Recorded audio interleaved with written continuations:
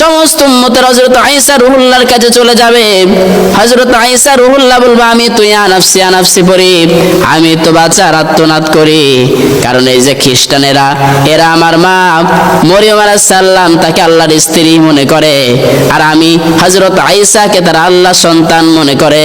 না জানি আল্লাহ রাব্বুল আলামিনের বদৌলতে আমি ঈসার সঙ্গে কি দুর্ব্যবহারটাই না করে। তোমরা চলে যাও জায়গা মতো নবীদের নবী রাহমাতাল লিল আলামিনের কাছে চলে যাও। এরকম সমস্ত উম্মতেরা রাহমাতাল লিল আলামিনের কাছে চলে যাবে। আল্লাহর নবী সিজদায় পড়ে যাবেন। আল্লাহ তাআলা বলেন, হে নবী, কি হলো আপনার, কি কারণ আপনি সিজদায় পড়ে গেছেন? নবীজি বলেন, হায় আল্লাহ, মেহেরবানি করে আমার উম্মতদেরকে জাহান্নামে দিও না।